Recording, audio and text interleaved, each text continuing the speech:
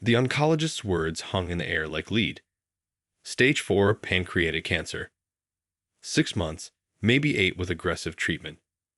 My wife, Sarah, sat perfectly still in the exam room chair, her hand cold in mine. My name is David Brennan. I'm 46 years old, a structural engineer in Portland, Oregon. Until that Tuesday in March, I thought I understood what it meant to fight for something. I designed bridges that spanned rivers and buildings that could withstand earthquakes. But nothing prepared me for what came next. There are experimental trials, Dr. Morrison said, her voice measured. A treatment combining immunotherapy with targeted radiation. It's showing promise in early studies, but it's not covered by insurance. The cost would be significant. How significant? I asked.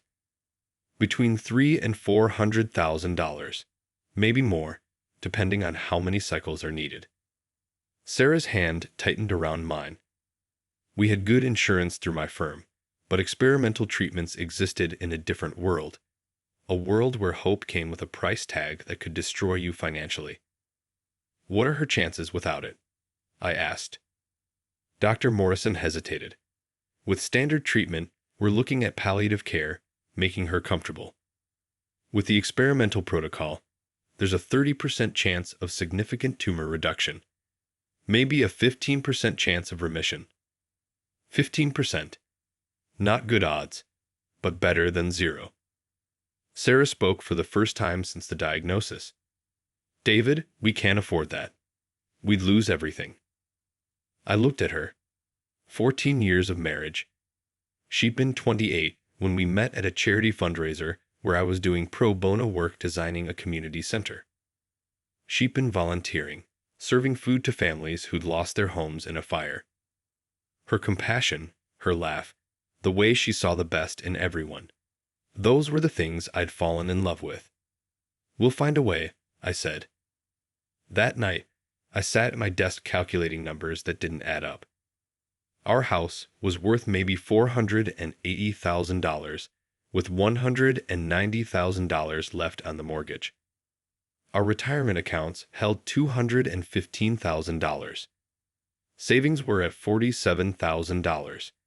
Life insurance policies, investment accounts, my company stock, all together, I could maybe scrape together $550,000 if I liquidated everything and took on massive debt. It would work. Barely. My best friend, Marcus, called while I was running the numbers. We'd known each other since college, roommates at Oregon State, best man at each other's weddings. He worked in pharmaceutical sales, made good money, drove a Tesla, and lived in a condo downtown with a view of the Willamette River. Heard about Sarah, he said. I'm so sorry, man. Anything I can do. Just be there for her, I said. She's going to need friends through this. Of course.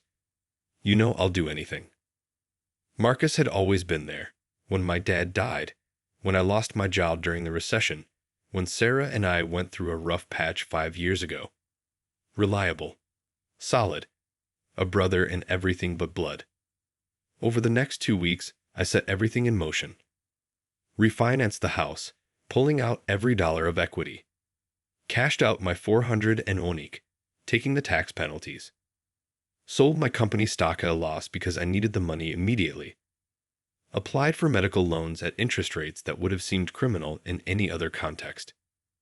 Sarah protested at first. David, this is insane. We'll be broke. What if it doesn't work? Then we'll be broke, I said. But you'll be alive. And if I'm not? I couldn't answer that. I wouldn't let myself think about it. The treatment started in early April at a private clinic in Seattle that specialized in experimental oncology. Dr. Ellen Strauss, the lead researcher, was cautiously optimistic. The protocol is aggressive, she explained. We're essentially reprogramming Sarah's immune system to recognize and attack the cancer cells while simultaneously using targeted radiation to weaken the tumors. It's painful, it's exhausting, and there's no guarantee it will work. Sarah looked at me. I nodded. Let's do it, she said. The first round nearly killed her. The side effects were brutal: nausea, fatigue, pain that made her cry out in the middle of the night.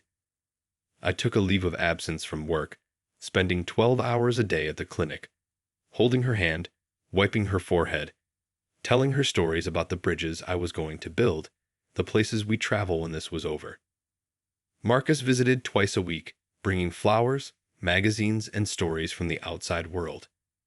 He'd sit with Sarah when I needed to step out, make phone calls, handle the mounting paperwork from creditors and collection agencies.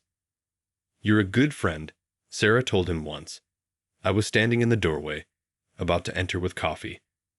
"David's lucky to have you." "We're all lucky to have each other," Marcus replied. By June, we'd burned through $180,000. The tumors were shrinking, but slowly. Dr. Strauss recommended a second intensive round. Another $120,000. I'd already maxed out the medical loans. The only option left was to sell the house. "David, no," Sarah said when I told her. "That's our home. Where will we live?" "We'll figure it out. Rent an apartment. Stay with my brother. It doesn't matter. What matters is you getting better." "I can't ask you to do this." "You're not asking. I'm choosing." I put the house on the market that week. It sold in 4 days to a young couple with a newborn. I felt nothing watching them sign the papers. Nothing except the certainty that I was doing the right thing. We moved into a 1-bedroom apartment in Gresham, 30 minutes from the clinic. The rent was $1,400 a month, manageable on my reduced salary once I returned to work part-time. Marcus helped us move, hauling boxes, assembling furniture, trying to make the cramped space feel like home. "You guys need anything at all, just call," he said as he left that first night. The second round of treatment was worse than the first. Sarah lost 40 pounds, her hair, her energy. Some days she couldn't get out of bed, but the tumors kept shrinking. By September, Dr. Strauss was using words like remarkable and unprecedented response. The latest scans showed the cancer in retreat, tumors reduced by 70%. We weren't out of the woods, but we could see daylight through the trees. The financial situation was catastrophic. I'd spent $340,000 so far, with at least another $60,000 needed for the final treatment cycles and follow-up care. My credit was destroyed. Collection agencies called daily. I'd sold everything except my truck and my wedding ring. But Sarah was alive. She was getting better. Nothing else mattered. Marcus continued to visit, now 3 or 4 times a week. He'd bring takeout from Sarah's favorite restaurants, sit with her while I worked late trying to cover the bills, make her laugh with stories from his sales calls. "He's been such a blessing," Sarah told me one October evening. "I don't know what we'd have done without him." "He's a good man," I agreed. In November, Dr. Strauss delivered the news we'd been praying for. The tumors are gone. Complete remission. I'm recommending ongoing monitoring, quarterly scans, but Sarah, you beat this. Against all odds, you actually beat this. Sarah cried. I cried. For the first time in 8 months, I allowed myself to believe we'd made it. The final bill came to $387,000. I'd taken out a personal loan from Marcus for the last $30,000, money he'd lent without hesitation or demands for repayment terms. "Pay me back when you can," he'd said. "Family doesn't charge interest." We celebrated Thanksgiving at Marcus's condo. He'd invited us over, cooked an elaborate meal, opened expensive wine. Sarah looked healthier than she had in months, color returning to her cheeks, strength coming back to her movements. "To beating the impossible," Marcus toasted. "To friendship," Sarah added. "To second chances," I said. December brought Sarah's first post-treatment scan. Clean. No sign of disease. Dr. Strauss was effusive in her praise, asking if Sarah would be willing to participate in a case study to help other patients understand what was possible. "Of course," Sarah said. "If my story can help someone else, I want to tell it." That night, lying in our small apartment bedroom, Sarah turned to me in the dark. David, I need to tell you something. What is it? A long pause. I've been doing a lot of thinking these past months. About life, about what I want, about who I am. I felt a coldness creep into my chest, something I couldn't name. I'm grateful for everything you did, she continued. You saved my life. I'll never forget that. What? The word hung between us like a blade. But I don't think I can do this anymore. This marriage. This life. It's not what I want. I sat up and turned on the light. What are you saying? Her eyes were clear, resolved. I'm saying I want a divorce. The words didn't make sense.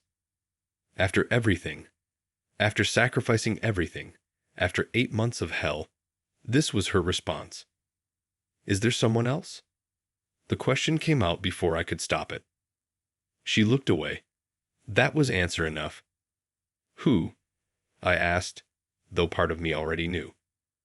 It just happened, she said. We didn't plan it. He was there, supporting me, talking to me, understanding what I was going through. Marcus, I said. Not a question.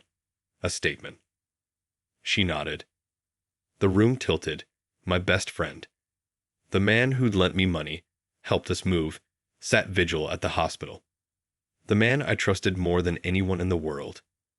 How long? I asked. Does it matter? Yes. Since August. August. While I was working 16-hour days trying to cover medical bills. While I was selling everything I owned. While she was still in treatment, still supposedly fighting for our life together. I need you to leave, I said quietly. David. Now. Tonight. I need you to leave right now. She packed a bag, moving slowly through our small apartment, gathering clothes, toiletries, her laptop. At the door, she stopped. I'm sorry, she said. I know you don't believe that, but I am. You deserved better than this. You're right, I said. I did. After she left, I sat in the dark apartment, surrounded by the wreckage of my life. No money, no home, no wife, no best friend. $400,000 spent on saving someone who'd already decided to leave. I didn't cry, didn't rage, just sat there in the silence, trying to understand how I'd gotten to this moment. Around 2 a.m., there was a knock at the door. I opened it to find a woman I'd never seen before.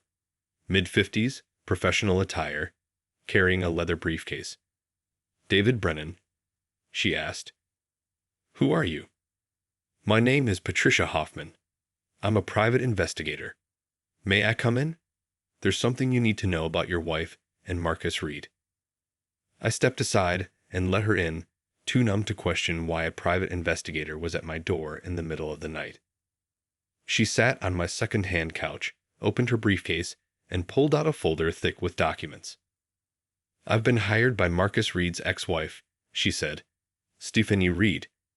She divorced him 2 years ago, under circumstances that are remarkably similar to what you're experiencing now. I don't understand. Patricia pulled out photographs. Marcus with a woman I didn't recognize, a medical facility in the background. This is Diane Kowalski, Patricia explained. 3 years ago, she was diagnosed with aggressive lymphoma. Her husband, Thomas, spent nearly $500,000 on experimental treatment. Diane recovered. 6 months after her last treatment, she left Thomas for Marcus Reed, who'd been her husband's friend and had supported her through the illness. She laid out more photographs. Different women. Different medical facilities. But always Marcus. I've documented 4 cases, Patricia continued. 4 women with serious illnesses. 4 husbands who bankrupted themselves for experimental treatments. 4 women who left their husbands for Marcus within months of recovery. I stared at the photographs, trying to process what I was seeing. Marcus Reed works in pharmaceutical sales, Patricia continued. Specifically, he works with experimental treatment clinics. He has access to patient information, financial records, treatment plans. My investigation suggests he uses this access to identify vulnerable women, women whose husbands are desperate and willing to spend everything. But why? I asked. What's the point? Control and money, Patricia said. He positions himself as the supportive friend while the husband drowns in medical debt. The woman is vulnerable, scared, dependent. He provides emotional support, becomes indispensable. When she recovers and the husband is financially destroyed, Marcus is there, stable and solvent, offering a fresh start. She pulled out more documents. Stephanie, his ex-wife, discovered the pattern. She's been tracking him, gathering evidence. When she learned about Sarah's treatment at the Seattle clinic, where Marcus has connections, she hired me to investigate. Why are you telling me this? Because Stephanie wants to stop him. But she needs proof of intent, documentation of the pattern. Your case could be the one that makes it stick. I picked up one of the photographs. Diane Kowalski at a medical facility, Marcus standing beside her, his hand on her shoulder. The same gesture I'd seen him make with Sarah 100 times. What do you need from me? I asked. Patricia pulled out a release form. Permission to access your medical and financial records, documentation of your interactions with Marcus, testimony about the timeline. With your cooperation, we can build a case, maybe not criminal, but certainly enough for a civil suit. Fraud, intentional infliction of emotional distress, possibly more. I thought about Sarah, already moved in with Marcus, according to the text she'd sent an hour ago. Thought about the $387,000 I'd spent, the life I'd destroyed trying to save her. Thought about the other men, other families, other lives ruined by this pattern. What happens if we succeed? I asked. Marcus faces consequences. Financial, professional, possibly legal. The woman, she paused. That's more complicated. They're not innocent, but they're also victims in their own way. He exploited their vulnerability, their fear of death, their gratitude for survival. I signed the release form. Over the next few weeks, Patricia and I worked together, documenting everything. I provided emails, text messages, financial records, medical bills. She interviewed Dr. Strauss, clinic staff, and people who'd seen Marcus and Sarah together during treatment. The pattern was undeniable. Marcus had recommended the Seattle clinic. Marcus had been unusually present during treatment, far more than a normal friend would be. Marcus had provided emotional support that gradually crossed boundaries. Marcus had offered financial help that created obligation. Christmas came and went. Sarah sent a card from Marcus's condo. I threw it away unopened. I returned to work full-time in January, grateful for the distraction of load calculations and stress analysis.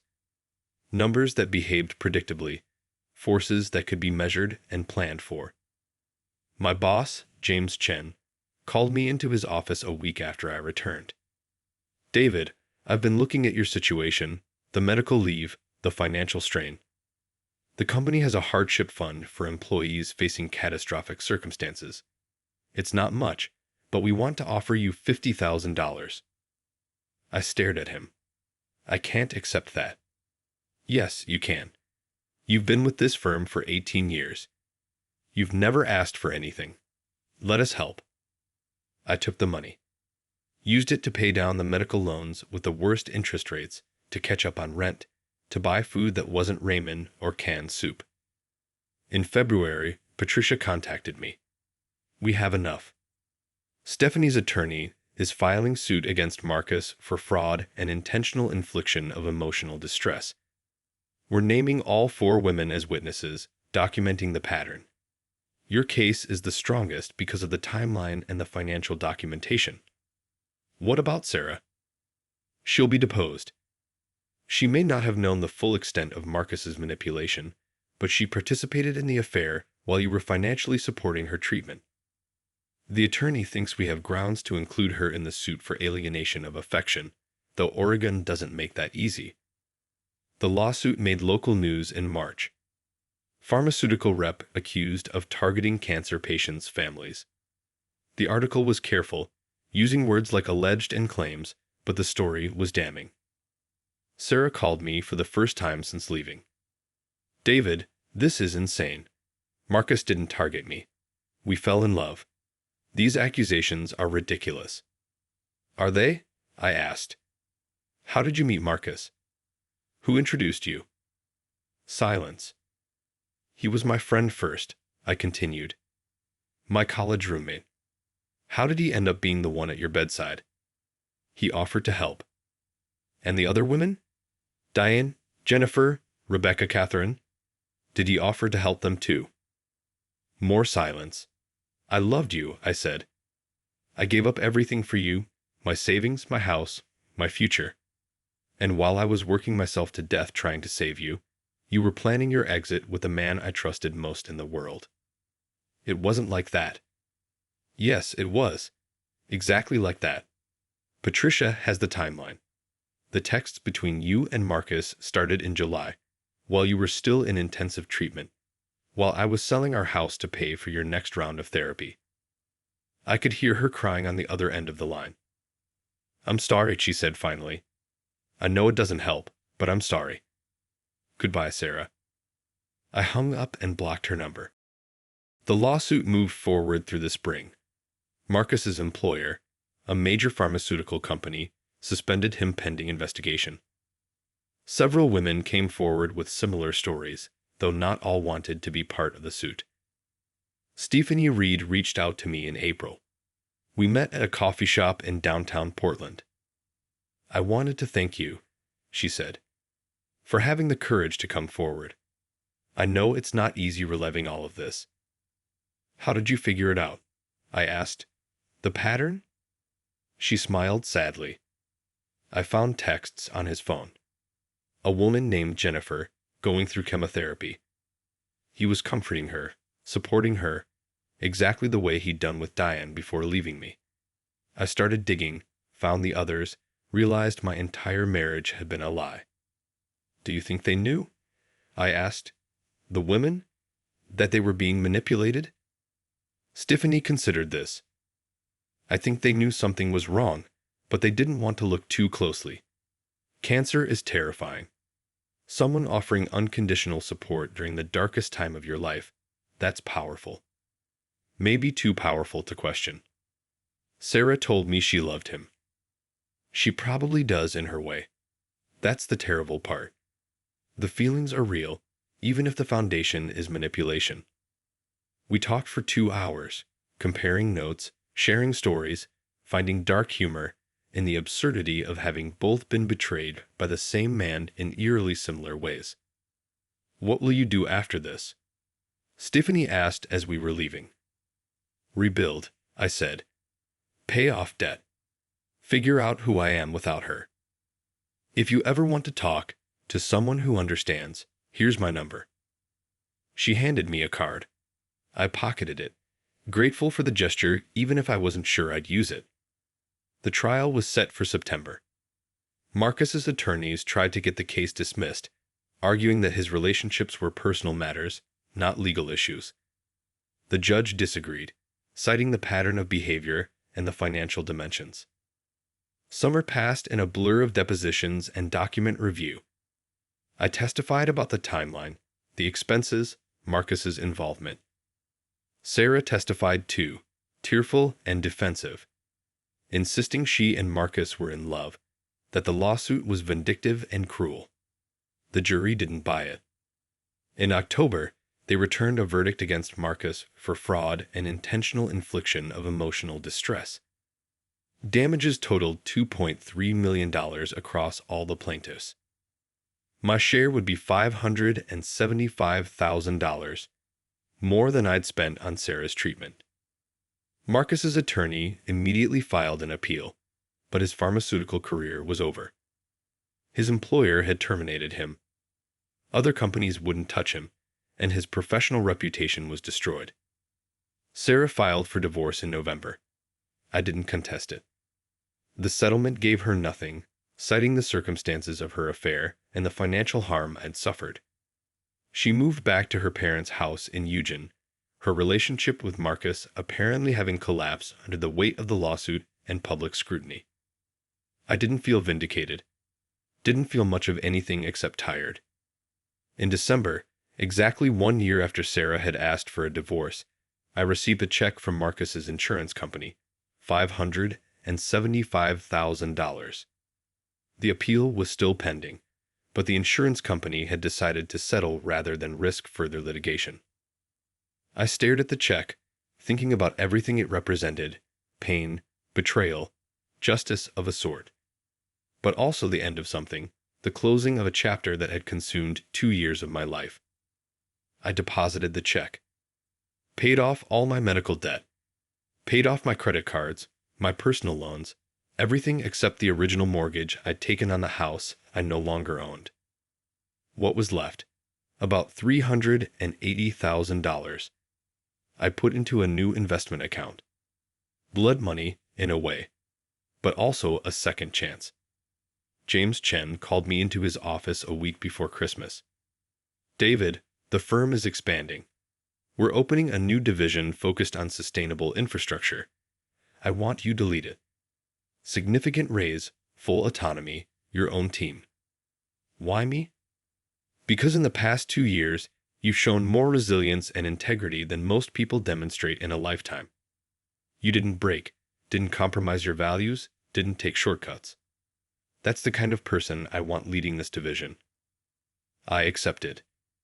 In January, I moved into a new apartment. Not large, but nicer than the Gresham place. 2 bedrooms, a small balcony overlooking a park, space to breathe.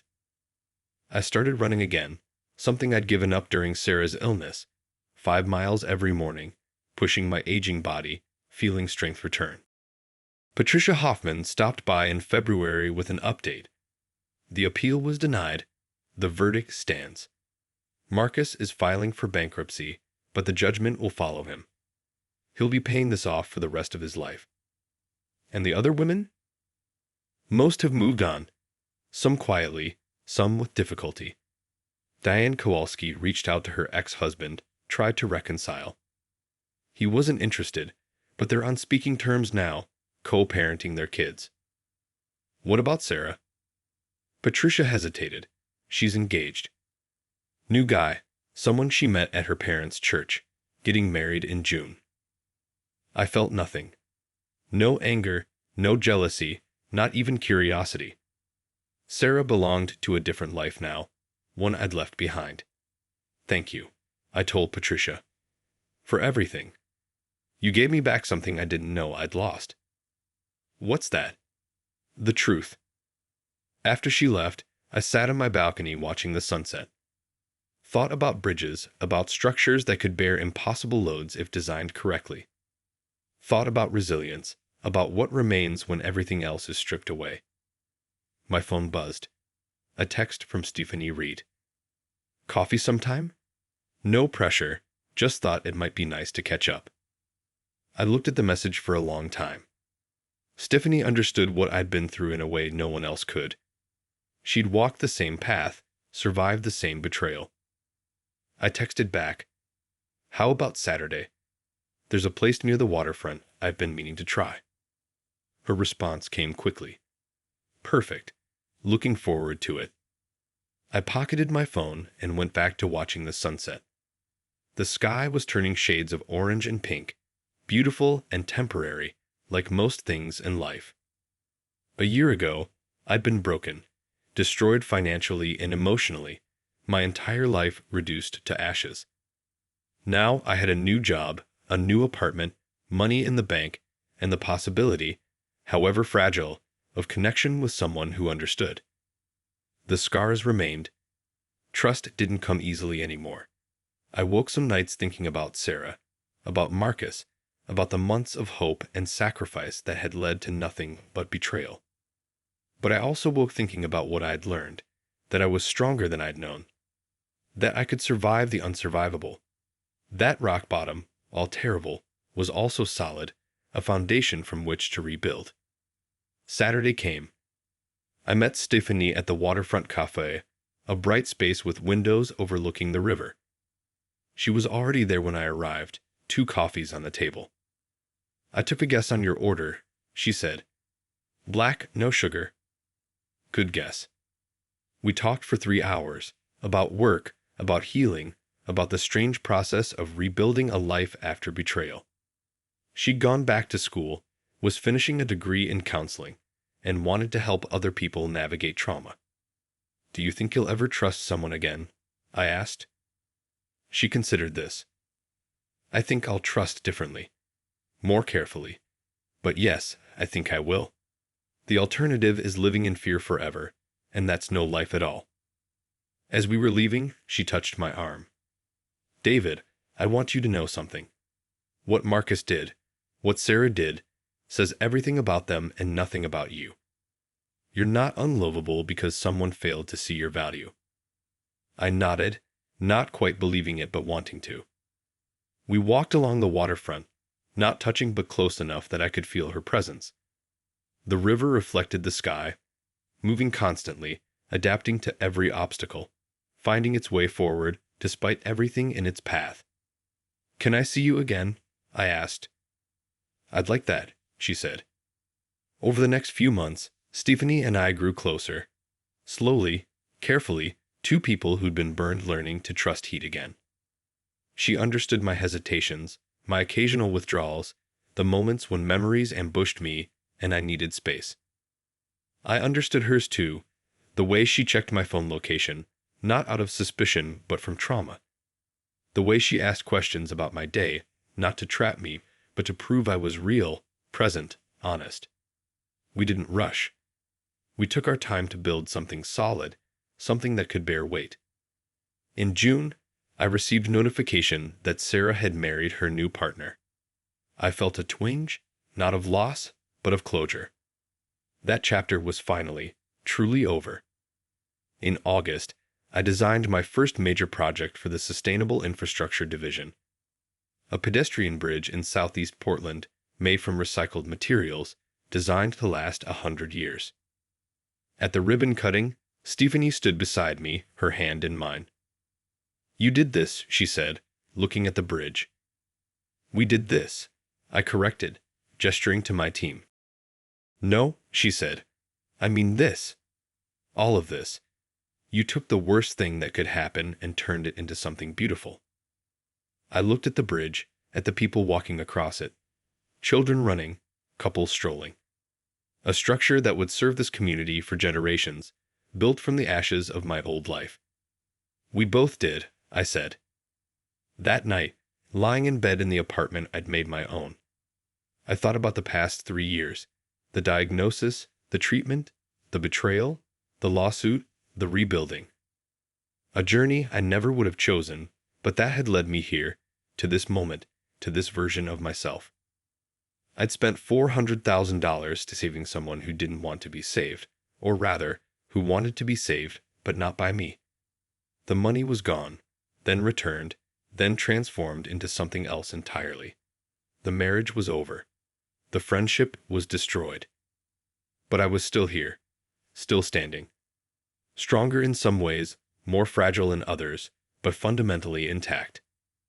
Sarah had her new life. Marcus had his consequences. I had mine too, though they looked nothing like I'd imagined 2 years ago. My phone buzzed with a text from Stephanie. "Thank you for today. For being you. For letting me be part of your life." I texted back. "Thank you for seeing me when I couldn't see myself."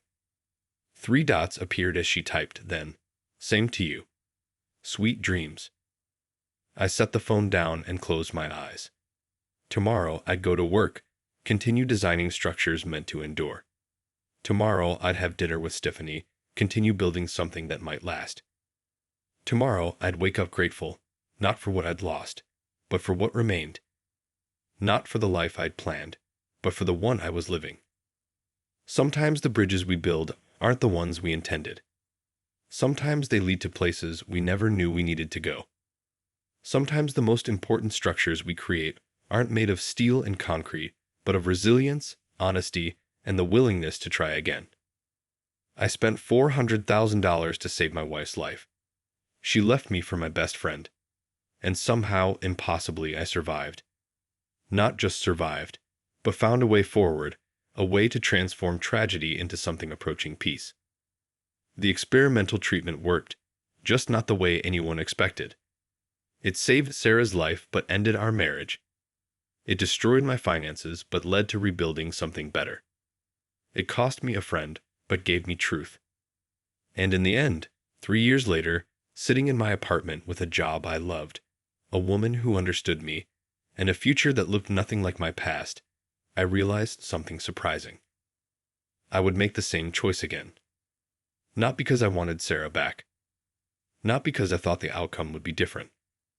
But because in that moment, sitting in the oncologist's office with her hand cold in mine, I had made a decision based on love, sacrifice, and commitment. That decision said everything about who I was and nothing about who she turned out to be. Marcus had targeted vulnerable women, exploited desperation, built a career on others' suffering. Sarah had chosen comfort over loyalty, fresh starts over history, ease over gratitude. But I had chosen to fight for someone I loved, even knowing the odds were against us. Even knowing the cost would be everything I owned.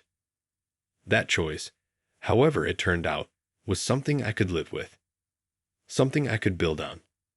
Something that, in its own way, had saved me as much as it had saved her. The bridge stood in southeast Portland, a testament to engineering and vision. But the real bridge, the one that mattered, was the one I'd built inside myself. From devastation to recovery. From betrayal to trust. From loss to the possibility of love again. Some structures take years to build. Some collapse under their own weight. And some, the ones built with care, truth, and resilience, last longer than anyone expects. I fell asleep thinking about tomorrow's project meeting, about dinner with Tiffany, about the life I was building one careful decision at a time. The past was fixed, immutable, a foundation I stood on whether I liked it or not. But the future remained unwritten, full of possibilities I couldn't yet imagine. And for the first time in 3 years, that felt like more than enough.